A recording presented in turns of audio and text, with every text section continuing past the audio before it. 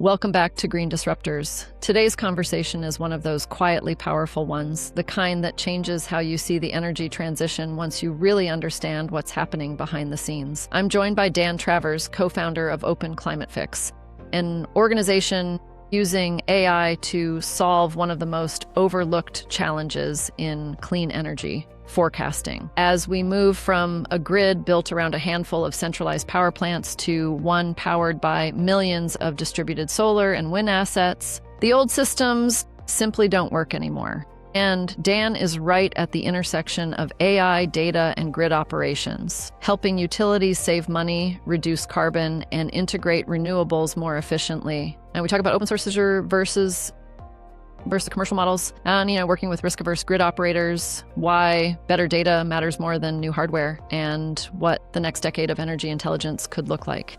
If you've ever wondered how the clean energy transition actually works at scale, this episode is for you. Hello, Dan. Happy Friday, and welcome to Green Disruptors. Thanks for having me, Megan. Glad to be here. Yeah. Well, first, let's get to know you a little better. Tell us where you are and, who you are. How did you get to where you are right now? Yeah, sure.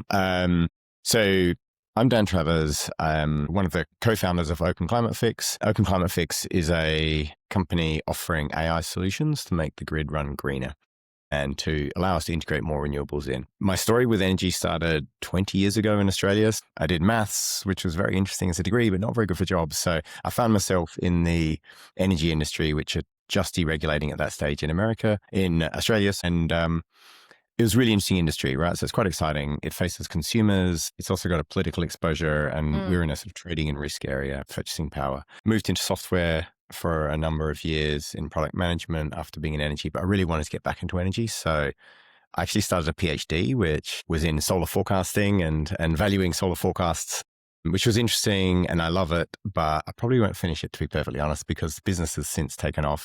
During that PhD, I met my co-founder, Jack Kelly, who was at Google DeepMind, and he was doing wind forecasting for them and trying to optimize their wind farms and their data center consumption. And we both thought there was a gap, really. We identified a gap between that really deep tech and the deep learning and the exciting tech that I saw also in the fintech space with the financial markets. Right. And the energy industry. And it feels like in Open Climate Fix, we're trying to really bridge that gap, bringing that best tech into these people in the energy industry who are really strapped for time often and don't have the risk appetite and the resources necessary to take advantage of some of that tech. So at the end of the day, the tech is optimizing existing systems. Is that right? Exactly. Yes. So as I'm sure all of your listeners know, the big challenge we have in the electricity grid going forwards is, we're moving from a world where we had a few dozen generators, and the control rooms in the national grid could actually literally ring up or fax in the old days these people and say, turn up, turn down. And there's relatively slow moving in terms of the changeability, but we're moving to a world where we've got literally hundreds of millions even of generators. I was going to say, you could already instantly see that is definitely not going to work these days. Like the manuals. No, absolutely. Yeah. And the variability is at least threefold bigger because you've got variability from the demand, but you've also got variability from wind and solar. And so what we're doing is bringing AI solutions into the forecasting and the locating of the assets to help the grids run smoother. Yeah. So tell us you started off as a nonprofit and things have evolved. So give us kind of a little bit of backstory there. Yeah. So we started as a nonprofit and also open source. So there's two sort of related and a little bit controversial things there. We get questions about it, put it that way. And people say, so why are you open source and why are you nonprofit? It really started because we wanted to make sure that we're super impact driven. And we saw that one of the challenges was actually getting people to adopt these technologies. So we want the impact to move around the world as fast as possible. So that being open source allows that. Yeah. And I think being nonprofit allows us to make sure the mission is really front and center. Has it worked or not? I think we've definitely had some good take up from the open code contributors. We've also found that it's really disarming in terms of those conversations with grid operators who are quite risk averse.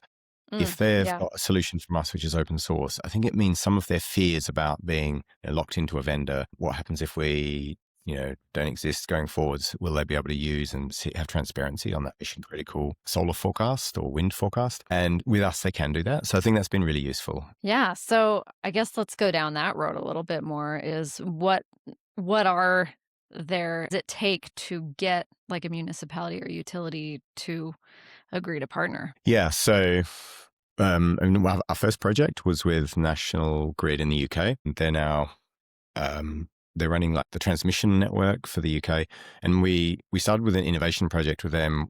We knew some of their people, and we did some consulting with them, and I think demonstrated some of our technical capabilities. And one of the problems they had going forwards was solar energy. Even in the UK, it's not the sunniest place, but there's a lot of variability in the UK, right? So there's a lot of clouds coming over and then clouds disappearing. So they were trying to manage one of those really unseen risks which they saw coming, which was the solar variability of end generation. And so we worked with them for 18 months to actually develop a satellite-based and sort of deep learning. So use a couple of weather sources, satellites, and we reduced the error by 50% roughly in terms of their solar forecast error. And we think it's also market leading in the UK more broadly. After we'd done that, we also worked with them a bit to demonstrate what's the cost savings. So one of the challenges is working with the control room. How can we understand what the cost benefit is? And actually, as part of that analysis, they showed that we can save them something like £30 million a year for using our forecast and about 300,000 tons of carbon. And that's a minimum, like we think, that. right? That's basic. Exactly. Yeah. So they like that as well. Yeah. It then took, to be honest, it took a fair while to contract, but we're now part of their business as usual. We're a subscription provider of a solar forecast for them to help balance the grid. So it was a long process. The sales cycle is long. They're now a government entity. So but the key thing was really proving value through a really collaborative engagement. Yeah. Turning that value into pilot dollars. project. Yeah. Exactly. Yeah. Demonstrating their dollars and cents number. And then I think it made it relatively straightforward for them to sign off through management. Yeah. So then what? Like that's step A. That's almost step 0. And then step 1. Like tell us what the current moment is looking like. Yeah. So that exactly. So that step 0 got us thinking, look, if we've got a really good forecast that's half the error that National Grid saw in their solar forecast, could other people use this forecast as well? Because as you know, with market-based grids such as the UK, there's a lot of participants feeding into the grid. So there's generators, there's suppliers, there's just proprietary energy traders who are all trying to guess and predict the supply imbalance, the supply and demand imbalance in the system, and whether it will be net long or net short of power. So we talked to a few energy traders. We have, of course, through our networks and really just using word of mouth. And we found we've now got probably half a dozen energy traders, a few other smart home providers who are using our forecast. And because they've actually tried the same thing and used our forecast in their systems and found it reduces their error by 15, 20% compared to other solutions they've tried. So that sort of testing the market is what we've done over the last 12 months. And we've found that's really about establishing, have we got a product that people want? I think the answer is yes, and the great thing about energy traders is they're super fast to act, right? So you can give them a service, they'll give you some feedback, you do a trial, maybe a back test, and then they say yes or no. And most of the time it's been yes so far.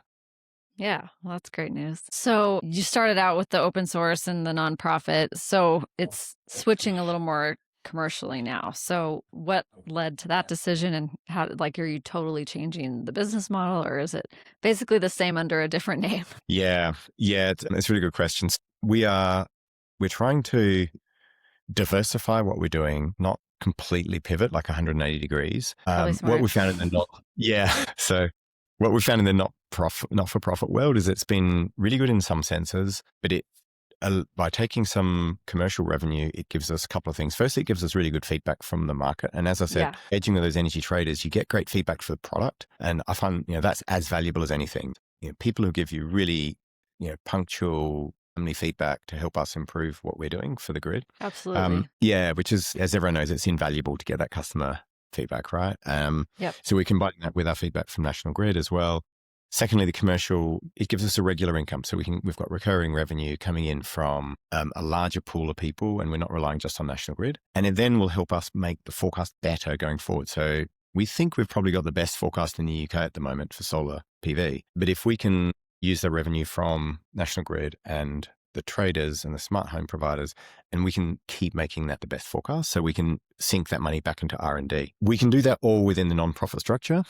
And so that's where we are at the moment. And the next question for us is, as we're growing it, do we grow organically, or do we transfer and create a for-profit entity which can take investment in an equity to the world? Yeah.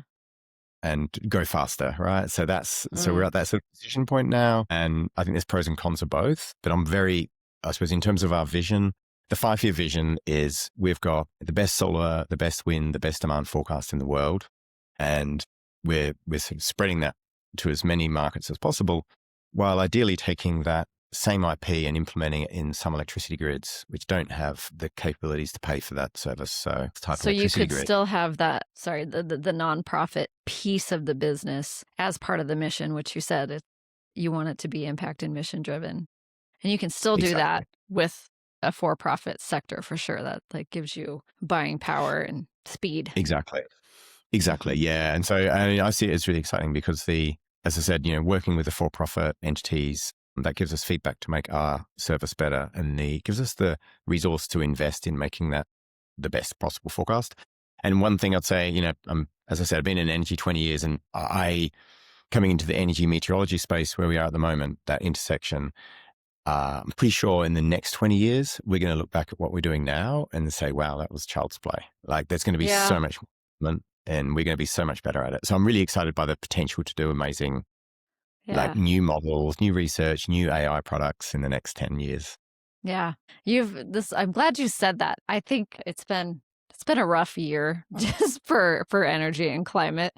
And when I first started doing this podcast, I was really just inspired by the amount of energy and optimism within this industry. And so you definitely carry that energy. And I think it's true. And people like you actually know what's going on, at a level that most, I guess, lay people don't. So I find that really exciting.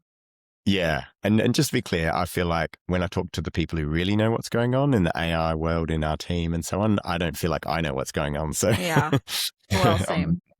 I'm tapped in more than your average person, but I still realize compared, I know pretty much next to nothing, but yeah, absolutely. I mean, maybe that brings us to an interesting challenge for the future in terms of if I'm looking forward at what are the risks, I actually don't think the risks to us, like horizon scanning, it's not the problems for the electricity grid to solve. I think there's lots of really interesting problems. There's lots of computer software engineers, ML engineers who would love to solve those problems because they're related to climate. And they're also really exciting problems. They're really real world. I find people coming into the energy sector are really enthusiastic. They really enjoy the space. We can buy, we've got servers here. We've got cloud as well. It's the data. And so I think in terms of the blockers for sort of AI solutions for the grid and climate transition and a green grid, it's really about making sure the electricity grid has got the data available. And that's, I think, going to be the next challenge for us. And the fact that they don't have everything they need now, is that because of government regulation or just people being just so many different sectors that aren't combining their data? Help me understand that better. Yeah, I think it's a combination. I mean, here in the UK, I'd like to give, firstly, the people who wrote the regulations, the grid code, as it's called, it was in 1990, right? Wow. And they did a pretty good job, and they made a lot of data open. And we do have quite a lot of open data here in, about generation from different units, the net demand and all these pieces. But the grid's changed a lot in the last 30 years. It's 35 years. Yeah, it's a long time ago. Yeah, it's a long time ago, right? Exactly. It's a generation. So I think what we haven't done is the regulations haven't kept up with making sure that those new data sources, those distributed energy resources, the batteries, the EV chargers, heat pumps, all of that information isn't necessarily captured. Are we capturing the trading and the balancing of the grid has moved from months ahead to weeks ahead to days ahead to hours ahead. Wow. Yeah. We don't necessarily haven't kept up with that, the high frequency, right? We're getting more and more, the pace is increasing at which we balance the grid. We don't necessarily know where all the solar panels are, for instance, in the UK. And most countries, that's true, right? Most countries don't have a really good view of where all of those solar panels are, all those home batteries, all those commercial gas turbines, even on factories as backup power. So I think getting all of that data in a really good, either distributed or central repository, suitably anonymized, I think would be amazing for the electricity grid. And it would allow innovators like ourselves and other people to move in to solve these problems and create like a super efficient energy grid, which would be amazing. Yeah, it would. And I'm sure that's, like you said, it's a global challenge.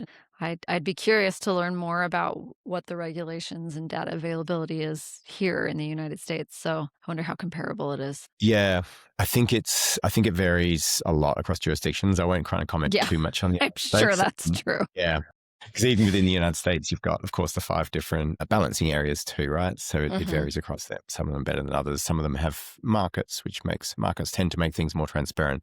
So I'm a big fan of the market-based grid setup where possible. I think that encourages transparency and it's good for competition and so on. Okay, let's change gears a little bit. So, in terms of expanding your different markets that you're getting to, you mentioned in the beginning it was mostly word of mouth. How, I mean, maybe like right now, how are you doing it? And I guess it depends on whether you decide to go the more commercial, fast-paced, let's start running ads, whatever it is, Yes. versus, yeah. So, what's that looking like? Yeah, great question. And so that's something we've invested in quite a bit is starting to build out our growth strategy in the last sort of 3 months. Hmm. And so we're in the early stages, but it's about, building out our network, that word of mouth network partly. So we're hosting industry events, being involved in conferences and so on. I'd say in terms of that industry events, like it's like doing a sort of a seminary type event we've found really Yeah, engaging because there's a lot of industry experts and because the energy industry is so new, there's not great fora for people to engage in and to just chat, right? Just sort of shoot the yeah. breeze, Hmm. talk about their challenges. So Just feeling that's like been they're really part of a successful. community. Yeah, exactly. So I Hmm. think there's not quite the community infrastructure there. That's been, people love that. We've had great Of response from course. those, just the energy geeks, right? Who are in trading firms or in the national grid or in the distribution networks. But they've all got similar problems, right? So that's been fun. I think reaching out more through the social media channels and so forth, like LinkedIn, and making sure we spread the word through more kind of classic marketing and communications channels and a little bit of thought leadership. Mm, I also believe that we do an okay job of pushing out information out to the world. But as I said earlier, I think there's quite a lot of exciting things that we've got in our heads, which are planned for release or that we're just releasing, that intersection between machine learning, AI and climate and energy. And we need to get that thought leadership out there because I think there's quite a large pool of people who are really hungry to hear about that. So I think through sort of establishing that thought leadership and then reaching out through just a network of people and just really persistent in and consistent in the way we're issuing those communications is what we're looking to do. yeah. No, this sounds smart. What's maybe like the biggest challenge with that whole like digital presence kind of a thing? Challenge of digital presence. I think it's often just locating because this industry is reasonably niche. It's locating the Mm, people can be challenging. yeah. So if you go and look at an energy company like a utility, they're big beasts. So finding the right people within those utilities can be challenging. But once you get that person, and that's why those in-person events are so powerful. Once you get that person, you've sort of got them forever, I think, right? They're often Yeah. super engaged.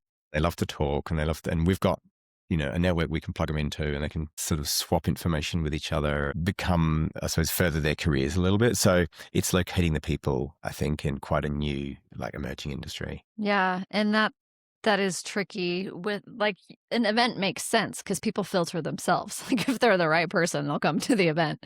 But Yeah. sometimes online it's a little harder to do. So yeah. Yeah. And job titles can sometimes it's difficult to sometimes work out just from looking at a job title, what someone does. You For might learn sure. more about them of who do they know, what's their sort of interests and so on. Yeah.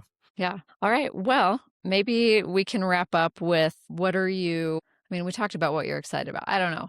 Is there anything that we didn't cover that you want to cover before we wrap up? I think there's something quite exciting about the energy space, I think, in that it can combine that I'm excited about, which is it can combine a mission in terms of delivering better quality forecasts that will make the grid balance better and save a lot of carbon with also something that delivers profit. Mm. And because it's something that there is a market set up for, and so people are prepared to pay for that. So I'm really excited by the idea of producing something that's valuable for trying to get us towards net zero, but that also being a self-sustaining commercial proposition that can actually generate its own momentum and sort of build better IP for everyone to use.